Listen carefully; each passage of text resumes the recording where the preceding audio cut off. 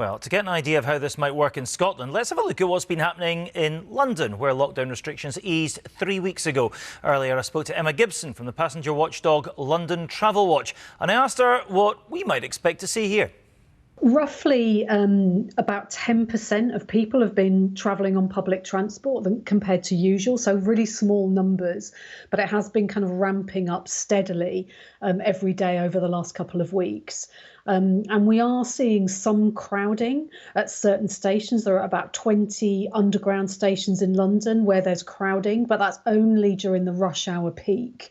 Most of the time it's relatively easy to maintain your social distance, but there are some stations at certain times of day where it's not possible to maintain the 2-metre social distancing. And we've seen pictures from inside Scottish buses, for example, with seats taped off and so on. But where are the pinch points on this? You know, getting on and off vehicles, queuing for stations, queuing at bus stops. How has it been working? I mean, the biggest problems are on the underground rather than the buses. And what's happening is that those are either at really busy stations where there's kind of train stations and underground stations where people are changing lines, or they're places that are in the poorer parts of London. So where you've got people who have to come to work because they don't have the kind of jobs where they can work at home.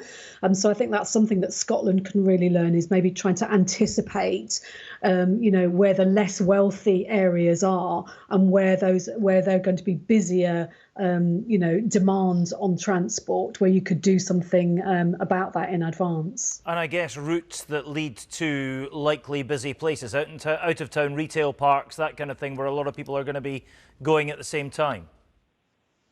Yeah, and something that, what we've just seen in London is actually the morning rush hour has got much earlier than it used to be. It's now at 5:45 in the morning that it starts till 8:15, and that's partly because of the kind of people that are travelling, who have to travel because they're essential workers, shift workers, construction workers.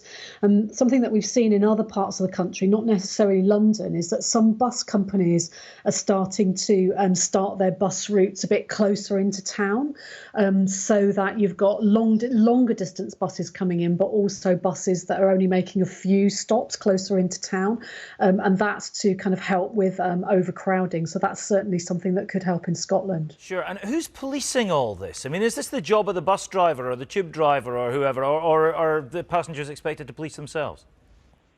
Yeah, it's a really, really good question. Passengers largely are expected to police themselves. Not even the police are policing social distancing. On the underground, you've got the British Transport Police at some very busy stations asking people whether their journey is essential. But on the whole, transport operators are leaving it up to individuals to decide whether they're going to get on a bus or train, and whether they can socially distance or not. So it's really largely up to the individual. Yeah, with 10%, I guess, at the moment travelling, that's manageable, but it's going to be interesting to see how it continues as the lockdown eases. Emma Gibson, thank you very much indeed for your time this evening. Thank you.